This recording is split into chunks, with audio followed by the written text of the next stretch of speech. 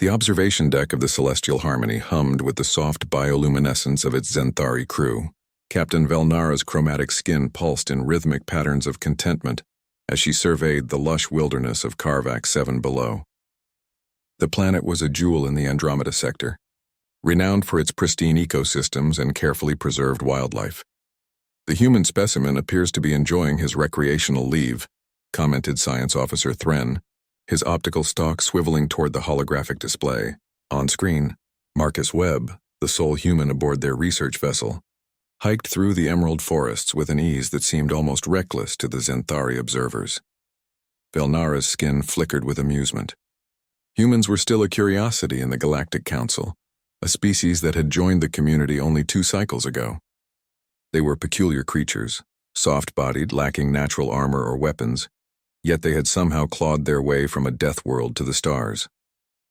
The Council files classified Earth as a Class 9 hazard world, though Velnara privately thought that rating overly dramatic. He requested no escort, she noted. Curious behavior for such a vulnerable species. On Karvak 7, Marcus breathed in the alien air, his lungs processing the oxygen-rich atmosphere with ease. The forest reminded him of the Amazon, though the trees here spiraled in impossible geometries and the flowers sang in ultrasonic frequencies. He'd been cooped up in the ship for 3 months and his body craved movement, challenge, the rawness of nature. The attack came without warning. A blur of chitinous plates and serrated claws erupted from the undergrowth. The Karvak's Ripper, the planet's apex predator, stood nearly 3 meters tall, its 6 legs propelling its half-ton mass with terrifying speed. Crystalline fangs dripped with paralytic venom as it fixed its cluster of eyes on the human. On the observation deck, alarms shrieked. Velnara's skin flashed white with panic. "Emergency transport now." But the transport systems needed 47 seconds to lock on and extract. On a death world, 47 seconds was an eternity. Marcus's body reacted before his conscious mind caught up. Adrenaline flooded his system, that ancient chemical cocktail that had kept his ancestors alive through ice ages and predators with 6-inch fangs. His pupils dilated, his heart rate tripled, blood rushed to his muscles as his liver dumped glucose into his bloodstream. The Ripper lunged.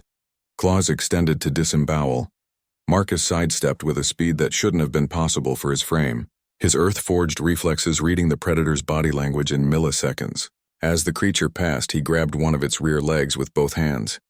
His fingers, backed by dense musculature and grip strength evolved from millions of years of climbing and tool use, locked onto the chitinous limb. Then he pulled. The Ripper shrieked, a sound that shattered 3 audio sensors on the observation deck. It tried to twist, to bring its venomous mandibles to bear on this impossible prey that refused to die. But Marcus had already shifted his weight, using the creature's own momentum against it. He wrenched the leg with a force that would have impressed a hydraulic press. Something cracked. The Ripper's leg joint gave way with a sickening pop. On the ship, Thren's optical stalks retracted in horror. By the Founders. What is he doing? What Marcus was doing was surviving.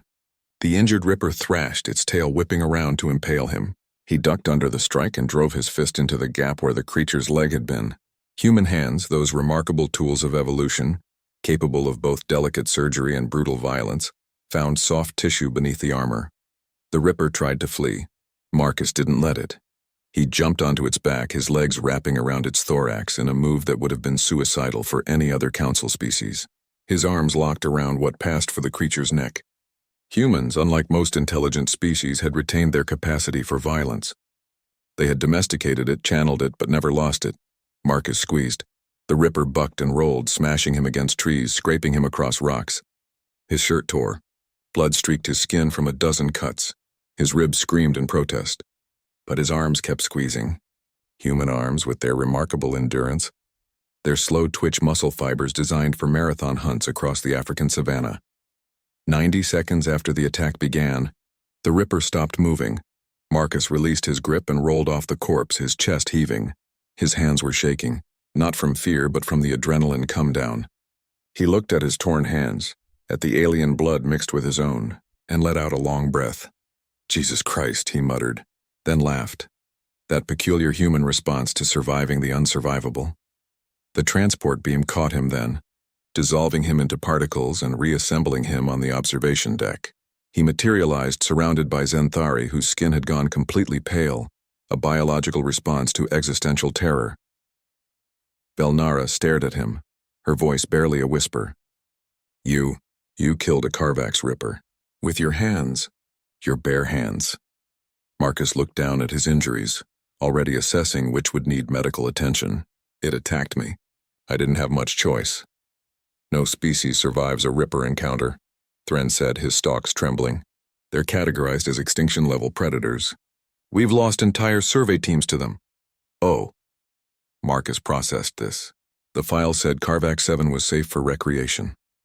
Safe for observation, Velnara corrected, her skin flickering with colors that had no translation. From orbit, behind shields. An uncomfortable silence filled the deck as the Zenthari crew reassessed every assumption they'd made about humans. This soft, squishy species without claws or armor or venom. This species that smiled and made jokes and seemed so harmless. Earth wasn't rated a Class 9 hazard world because of its environment, Velnara realized with dawning horror. It was rated Class 9 because of what it produced. Because on a world where everything wanted to kill you, you either became the predator or you went extinct. Humans had chosen predator. Marcus noticed their stares and offered an apologetic shrug. Sorry about the mess. I'll write up an incident report. As he headed to medical bay, leaving bloody footprints on the pristine deck. The crew of the Celestial Harmony understood something the Council had tried to tell them, but they'd never truly grasped. Humans weren't just survivors of a death world. They were its apex predator, and they had brought that with them to the stars.